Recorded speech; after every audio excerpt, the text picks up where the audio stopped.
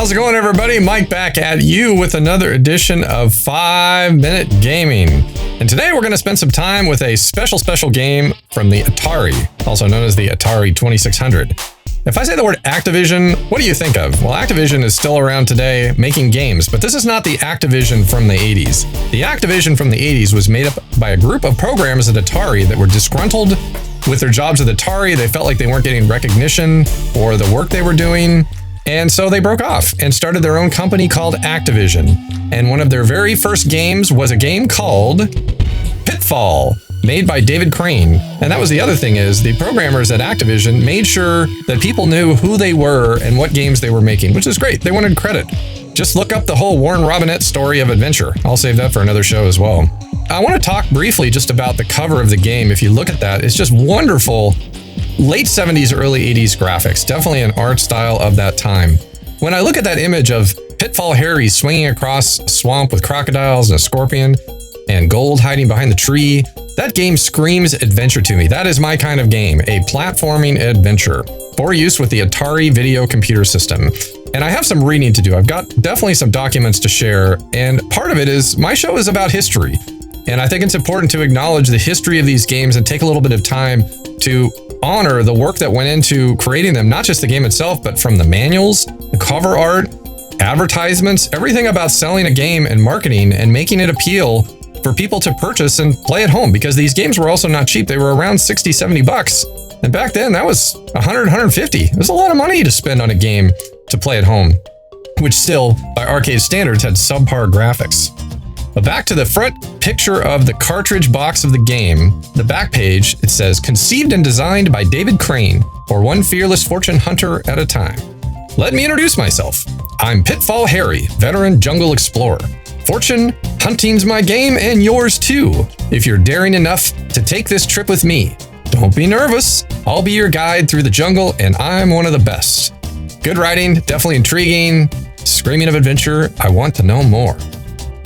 Untold riches are waiting for us in there, but so are dangers, a dozen times over. We'll be swinging on vines over bottomless tar pits. We'll be hopping across swamps, using crocodile heads like stepping stones. We'll be searching underground through dark passageways, crawling with killer scorpions. So pack up your backpack and meet me at the jungle at dawn, and we'll be off to seek a king's ransom in gold, diamonds, and lost treasures in Pitfall Harry's Jungle Adventure. It was well written. Definitely important on the back of that box. Part of what sells the game. You read this stuff and you decide to put it in your cart, pay for it. Here's an advertisement for the game. Don't be another statistic. This was something that would have been in a magazine ad. Know the danger signs of Pitfall. This year, thousands of jungle explorers will join Pitfall Harry and seek lost treasures in Pitfall by Activision, a new video game for use with the Atari video computer system.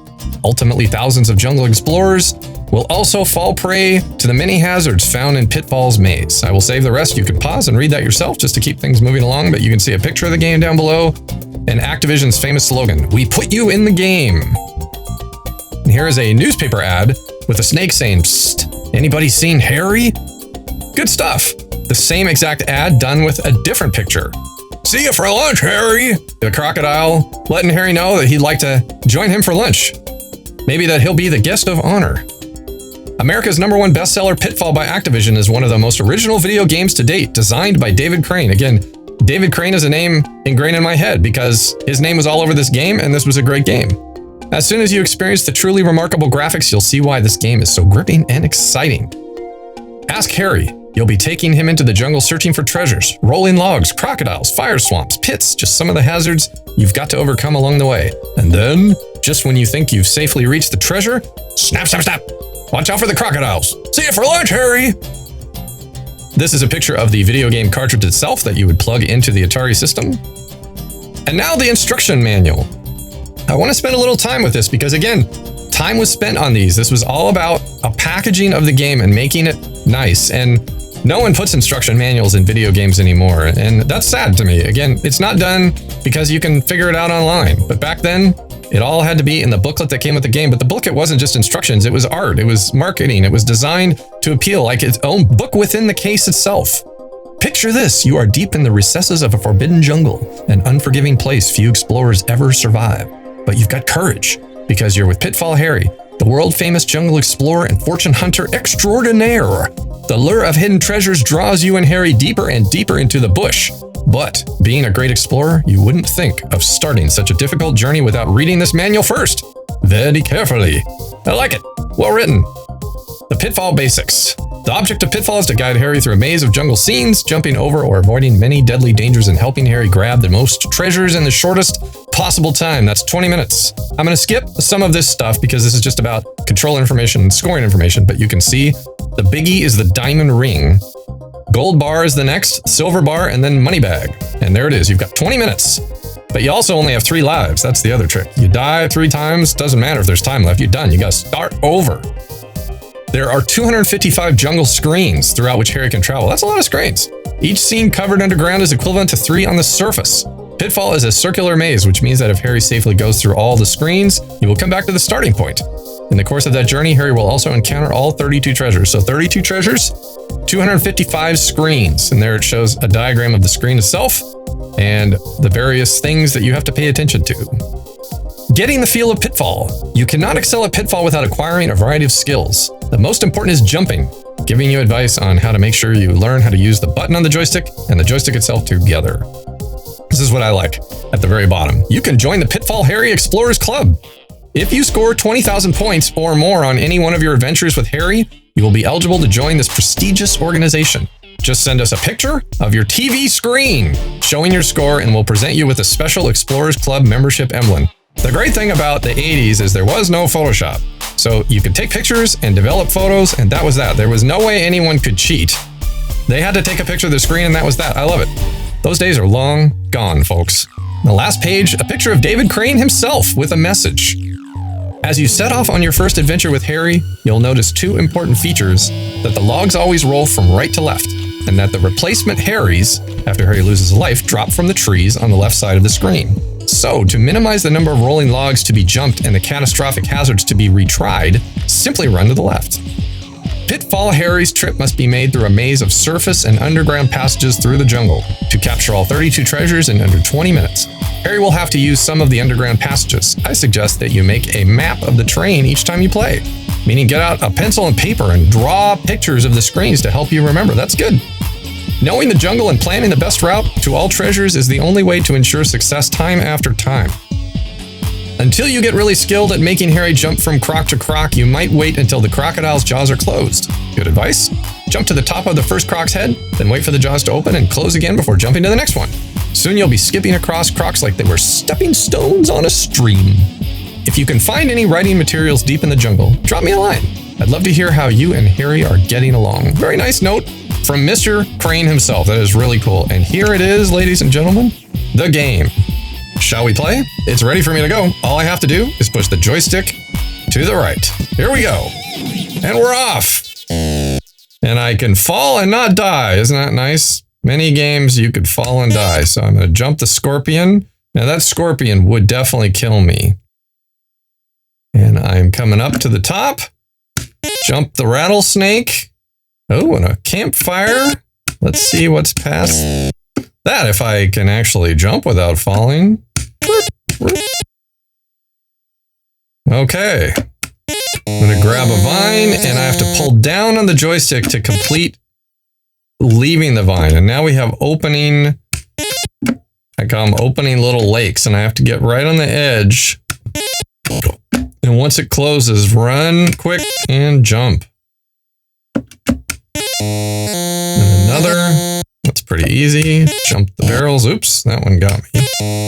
Cross the crocodiles. So far, I haven't found any gold.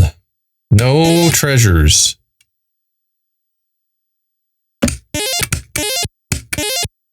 Nice. Oop, got me a little bit. It's nice that I don't die, at least on that. Not like Donkey Kong. Just slows me down. Pretty soon it becomes time. Now there I died because I jumped right into the crocodile's mouth. See you for lunch, Harry! I did it again. I'm getting impatient. So this time I'm going to wait. His advice was to stand right on the crocodile's head and then wait until they are closed and then do my jump. Jump! I did it! So far, no treasures. Well, maybe we'll go down here and see if there's anything over here. Jump the scorpion. And another scorpion. Oh, prick wall. I was fooled. But if I was really seriously into this, I'd be drawing little pictures of these screens to help me remember where to go and where to skip. Part of the learning of the game. There's a snake.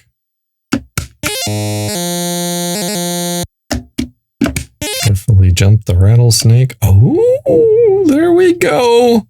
My treasure with a very misleading opening and closing. Yay! I got some gold. Let's see a little further and see if we can find anything else. That's a opening and closing lake. All right, I got to get right to the edge. Quickly jump. Can grab that. That's easy. Oh, more cryo. These are tough. These are the tough ones. Say probably one of the toughest things so far I've encountered. Because one little screw up and that's it. It's over. All right. I'm on my last guy, so I feel a slight bit of stress to not mess up. I wonder if there's anything this way. Let's check and find out. I should have really been looking down below and I wasn't. Oh, and that's the end of my game. But just like that, I can start over again and continue to play. There is another game I did a show on for the Atari 600 called Pac-Man. I'm going to put a link to it right there. Let's go over there and you can find out if that is truly one of the games I remember fondly or not. So I'll see you over there for Atari 2600 Pac-Man and we'll continue the fun.